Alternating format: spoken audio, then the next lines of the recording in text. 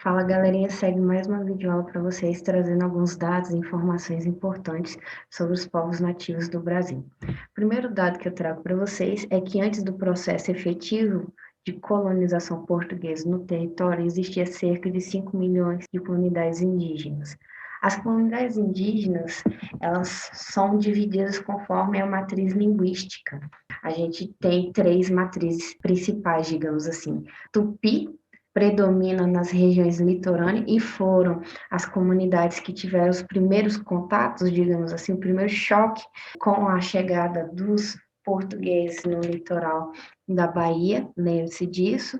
Depois a gente tem a matriz G, comunidades que habitam o Planalto Central, como vocês podem ver no mapa, e depois a gente tem os caribes, que habitam a região da Amazônica, que foram os últimos nessa região do norte aqui, os últimos a terem contato direto com os colonos portugueses. Isso só vai acontecer lá por meados do século XVII, século XVIII, com as bandeiras ou as estradas. O que é uma bandeira? O que é uma estrada? As bandeiras eram patrocinadas por donatários da terra, ou seja, dinheiro privado, galera que tinha condição monetária para pagar bandeirantes, ou seja, figuras que iam desbravar o interior do país em busca de reservas de metais preciosos, bem como capturar nativos. Afinal de contas, os nossos nativos também foram escravizados. E as estradas também tinham esse propósito, desbravar o interior do país, ocupar e criar vilas e buscar riquezas minerais no interior, já que no litoral não foi encontrado. Só que a diferença é que as estradas são patrocinadas pela coroa portuguesa. Como o mapa apresenta, são diversas etnias que a gente encontra no território brasileiro.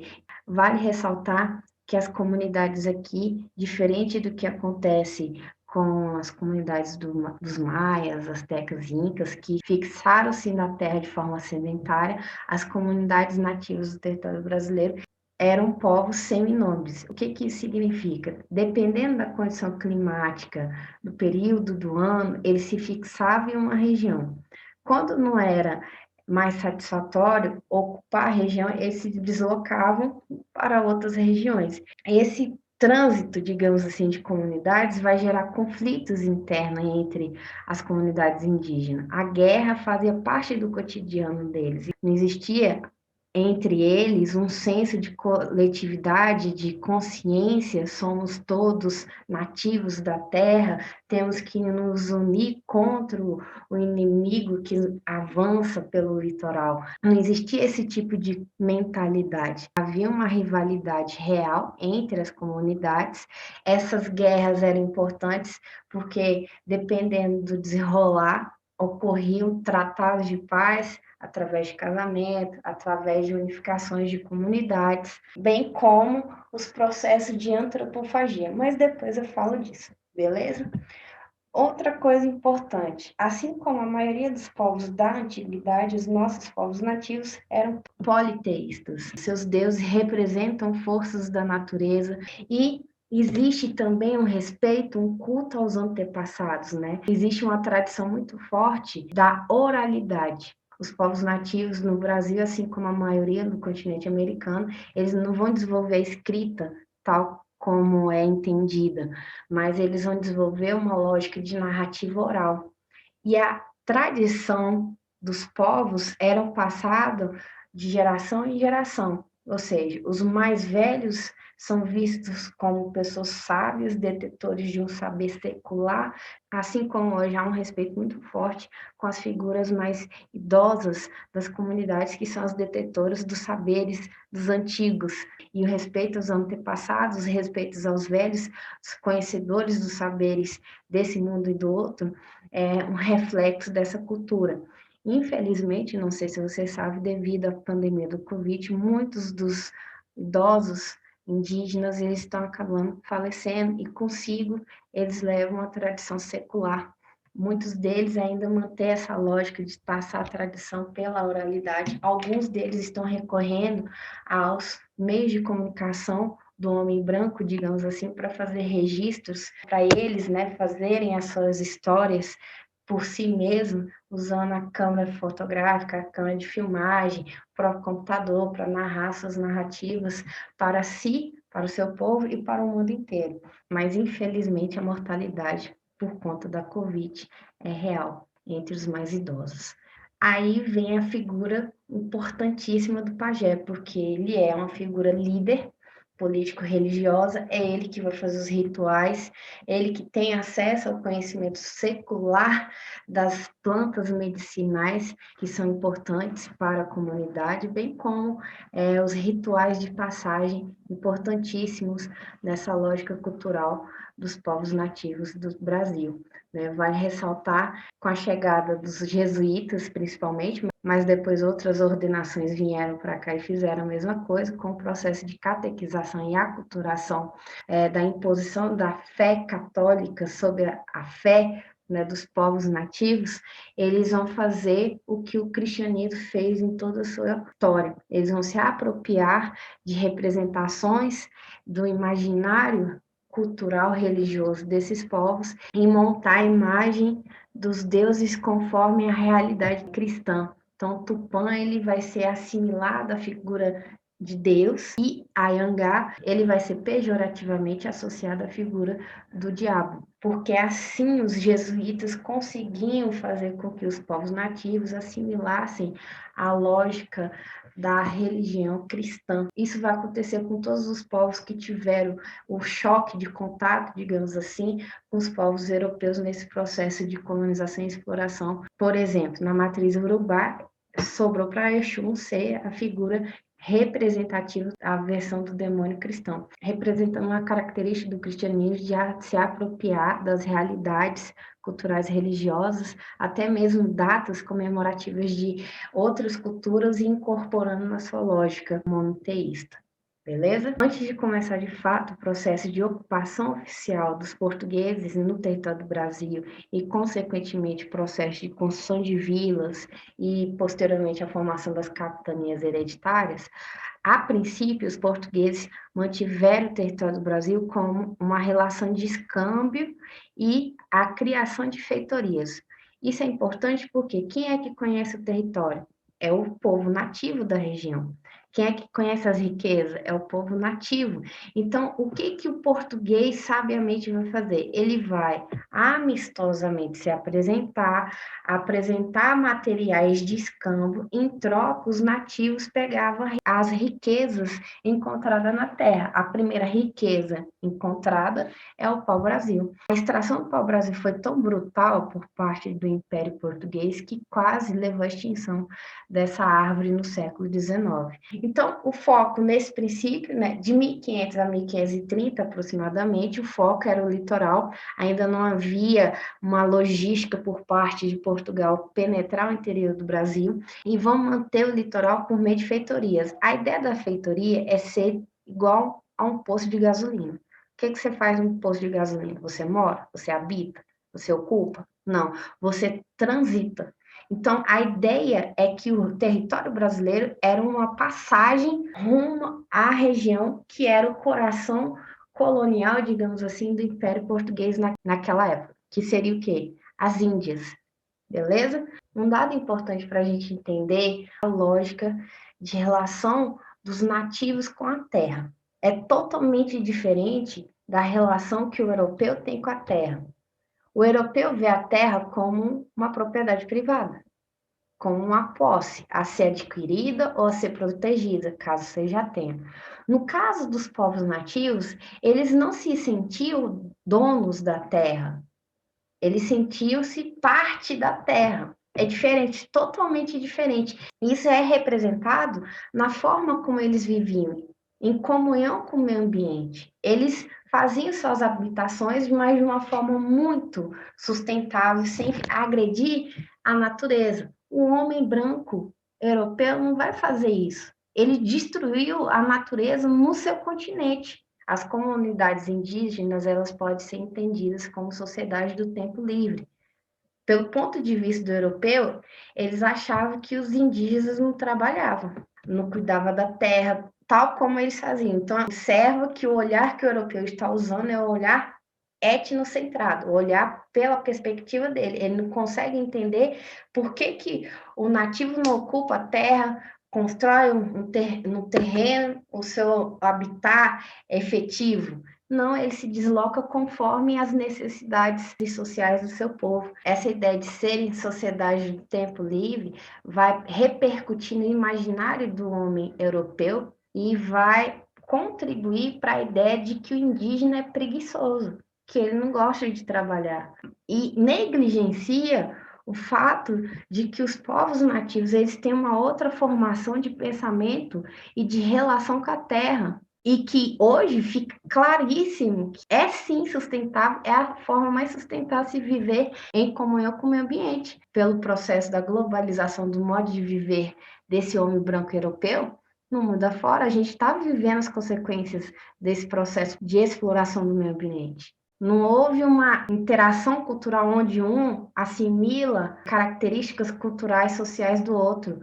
O que houve foi uma imposição da parte dos europeus e um olhar pejorativo que eles tiveram com as sociedades nativas da Terra. Eles não reconheceram a importância do modo de vida deles, que é diferente. Isso não significa que seja inferior. A falta de sedentarismo, a falta da figura do Estado, não existia um rei, não existia um império.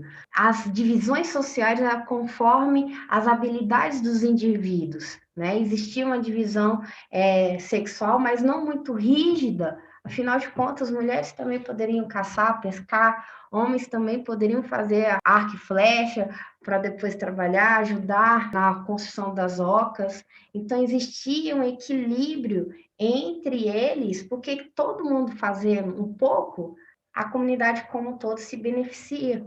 Dentro dessa lógica, não existe classes sociais. O topo da pirâmide, a base da pirâmide, não existia. Pense nas sociedades nativas do Brasil como um diagrama de confluência, né? Vários segmentos da comunidade contribuindo para a subsistência e a coexistência deles entre si e com o meio ambiente. É isso que aconteceu. E é uma forma maravilhosa de se viver. Pena que o europeu não via assim. Muito bem, como eu falei para vocês no início do vídeo, a antropofagia fazia parte do cotidiano de algumas comunidades nativas do Brasil, principalmente de matriz tupi. Antes de mais nada, o que seria antropofagia? Antropo seria homem, fagia, comer, exatamente, comer carne humana. A antropofagia ela é diferente do canibalismo, porque no canibalismo você se alimenta da carne humana, seja ela de onde for.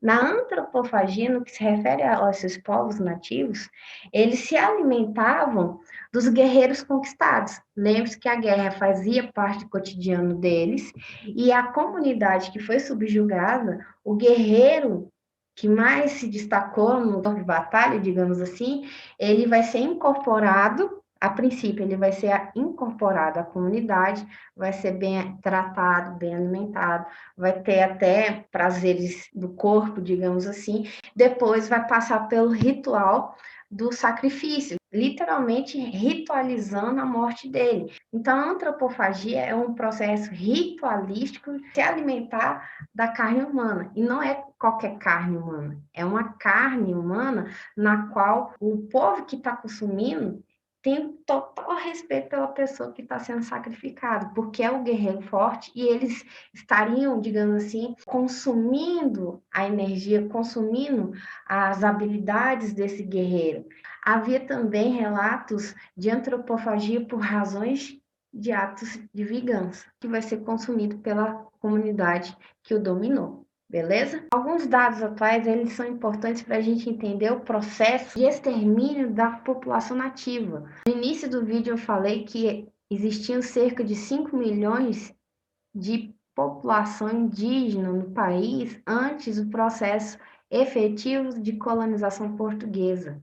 Hoje, os indígenas representam cerca de 0,5% da população brasileira. Ou seja, em termos de número, seria mais ou menos 900 mil pessoas. O contato com os estrangeiros foi muito nocivo, não só por um fator bélico, mas também imunológico, porque as doenças trazidas, os povos nativos não tinham resistência, e também uma questão de etnocídio, porque os povos eles vão ser convertidos a fé dos estrangeiros. Então, isso tudo vai destruindo aos poucos a riqueza cultural e muito do que existia séculos atrás se perdeu por conta da tradição oral.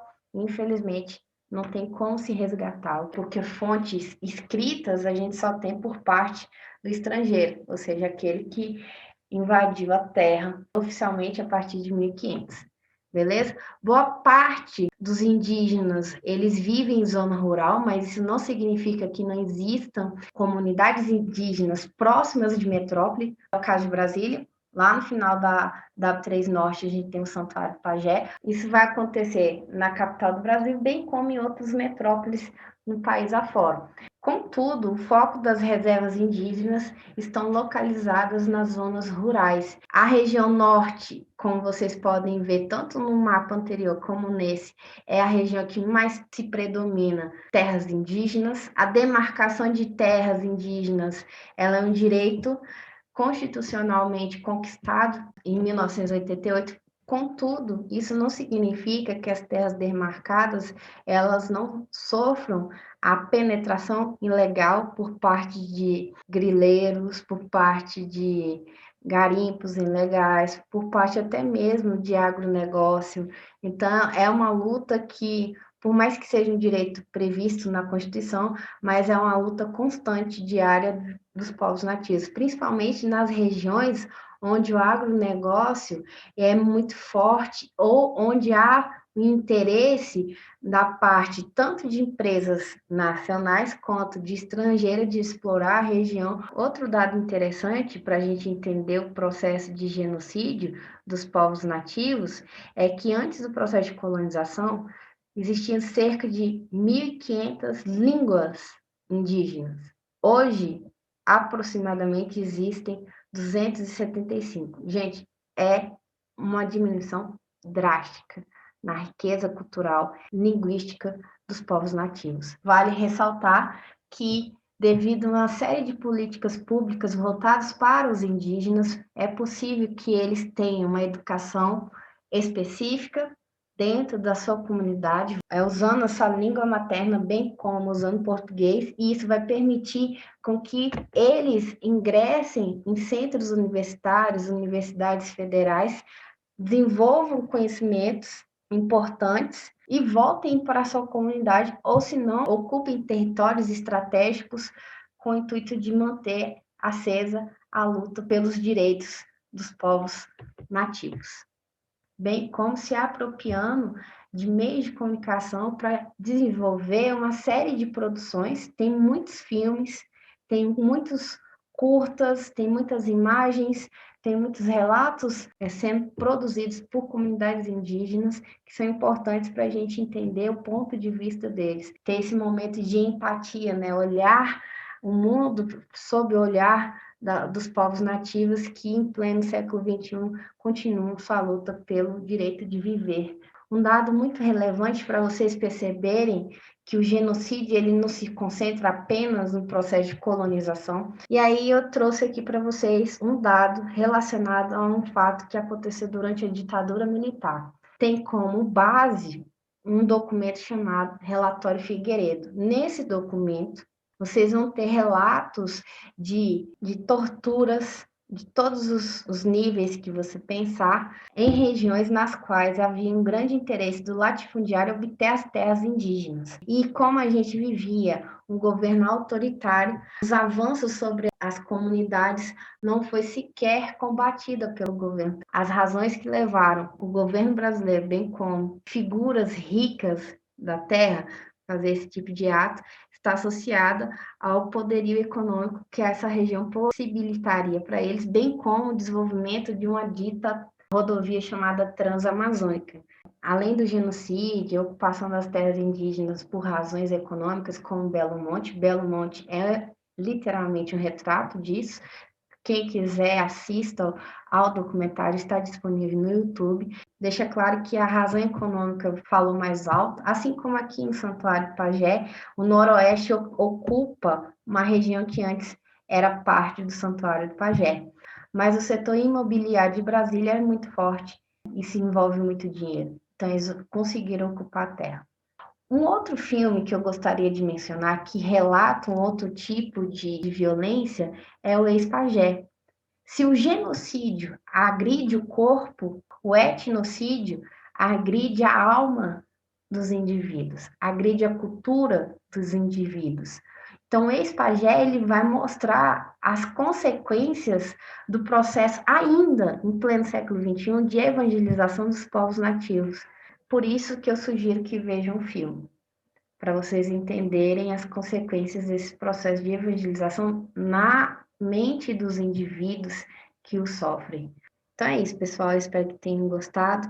As populações indígenas, assim como os povos africanos, sofreram com o processo de escravização, consequentemente, sua marginalização, e isso se mantém no pós-colônia. Tanto é que eu trouxe aí dados posteriores a esse período, mostrando a manutenção de uma série de violências para com esses povos e a necessidade constante de levantar a bandeira pelos direitos dos povos indígenas. Afinal de contas, a preservação do modo de vida deles é a preservação do meio ambiente. Beleza?